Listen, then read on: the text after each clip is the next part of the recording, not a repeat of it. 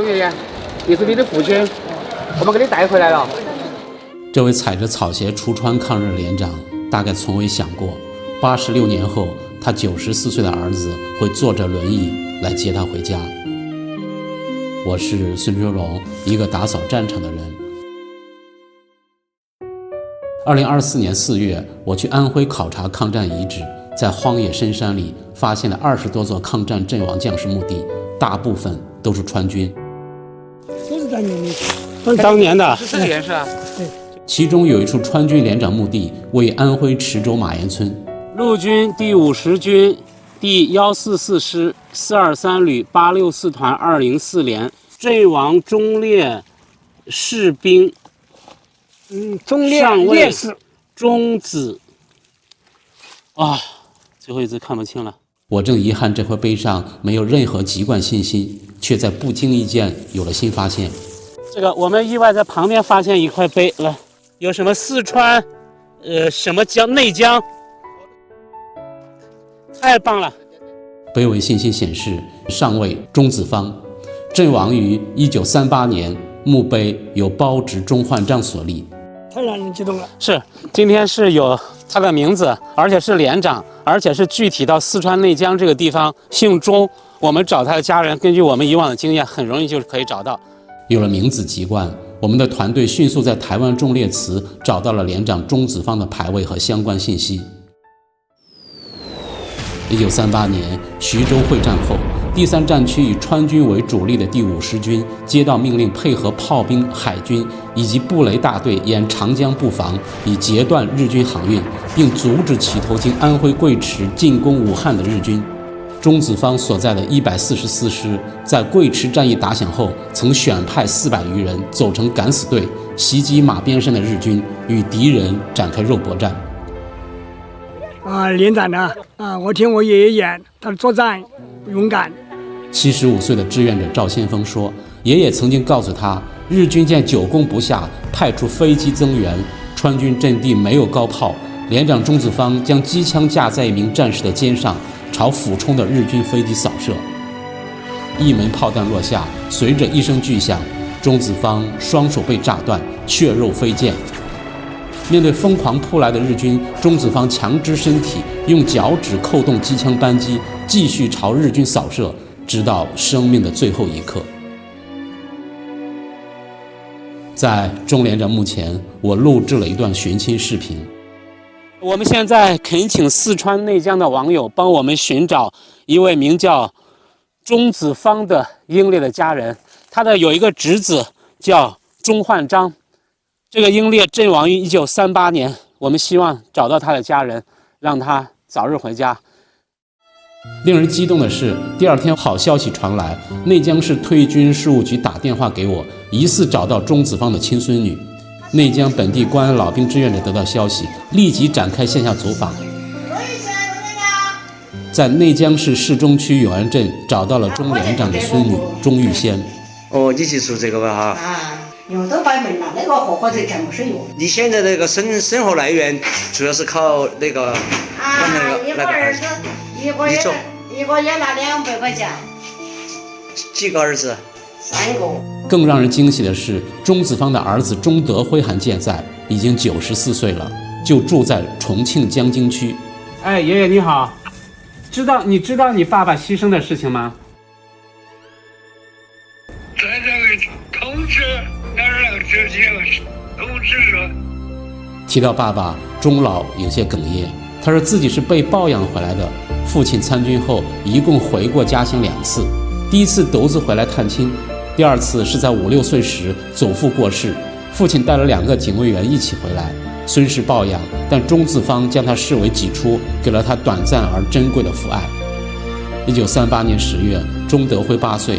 家裡收到鍾子方的陣亡通知書，從此他的妻子獨自一人敬奉公婆，撫養孩子。連長的孫女說，奶奶一輩子沒有改嫁，直到離世都還在掛念犧牲在外的丈夫。想爸爸嗎？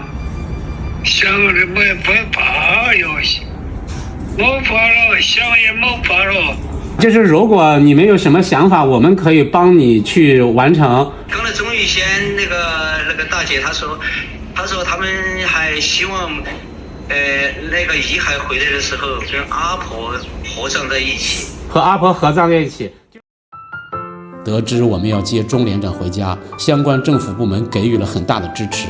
他們說，連長雖然不在烈士名單裡，但他也是為了抗戰犧牲的，政府會全力支持公益機構做好這件事情。在四川內江，當地村委會免費給連長提供了一塊風水寶地，為連長和妻子修建合葬墓。連長回家前，孫女來到奶奶的墓前，告訴她，她等了一輩子的丈夫就要回家了。阿婆，爺爺的墳在安徽找着了，現在明天要遷回來了。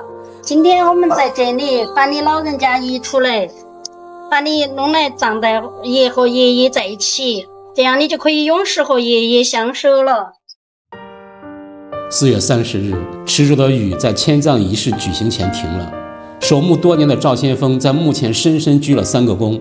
馬岩村的村民既欣慰又不捨地說：“我們守了鍾連長80多年，從內心講，我們希望世世代代守護他。如今兒子要接爸爸回家，我們會全力支持。但我們希望依然在這裡給他修一個墓地，我們年年清明都會給他掛青。”在安徽，我們找到的每一個川軍墓碑和墳頭上都有漂洋的墳標，那是清明節當地老百姓給他掛上去的。他們教這些陣亡士兵四川老感念他們的付出，把他們當成自己的家人，每年都會來祭拜。其中有一個地方，我還看到當地老百姓給這些陣亡將士立了一個墓碑，上面寫着：“為國陣亡將士，北境一切孤魂總祭。”這些為國出征的將士不能成為孤魂野鬼。埋骨異鄉86年，鍾子芳連長終於踏上了回家的路。鍾連長，回四川了，我們一起回老家了。等了86年，鍾連長終於要回到家鄉了。有一個棘手的事情是，人在重慶的鍾連長的兒子鍾德輝，因為身體原因不能回到老家四川內江，這讓老人無比傷心。我臨時決定改飛重慶，讓他的兒子去重慶機場迎接爸爸回家。出發的合肥機場專門為鍾連長安排了貴賓通道。安檢人員向連長致敬的那一幕，讓我眼眶濕潤。連長，我們回家了，我們回四川了。東方航空特意為鍾連長打印了登機牌，還安排了第一排靠窗的位置，讓連長可以看到他和弟兄們用生命換來的錦繡山河。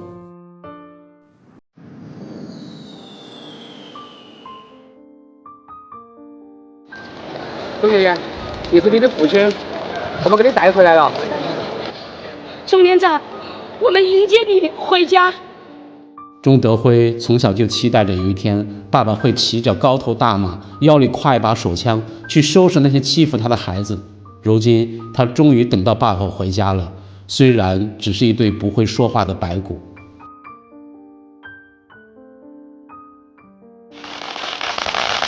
向英雄致敬！在鍾連長的故鄉，志願者和當地村民自發趕來，他們站在道路兩旁，手舉橫幅，排成長隊，迎接英雄凱旋。讓人動容的是，鍾子芳當年所在的第50軍軍長郭勳奇的女兒郭開慧，特意從外地趕來參加葬禮。她說，當年鍾連長是跟着父親一起打仗的，如今他理應要來。民族危難，鍾連長等熱血青年捨小家為國家，用他們的青春、熱血和生命奮勇殺敵，才趕走日本侵略者，贏回了中華民族的獨立。他們是民族英雄。鍾子芳與妻子的合葬墓圍滿了花圈和前來祭拜的人，這是後代專門為他們挑選的最合適的安葬地。社會各界愛心人士捐助修築的新墓，墓地的方向朝着東方的安徽，曾經的戰場。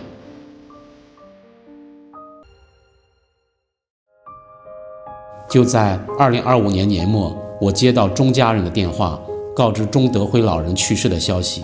他的家人說，老人走得很安詳。我想他一定是带着与父親重逢的慰藉，去到另外一個世界和父母團聚了。至今，在我們收集的4萬多份尋親名單裡，大概有100多位兒女還健在，最年輕的都80多歲了。他們人生最後的心願就是找到爸爸，這對我們來說是一項無比渺茫，但又不得不加緊時間去做的事情。我們會不懈努力。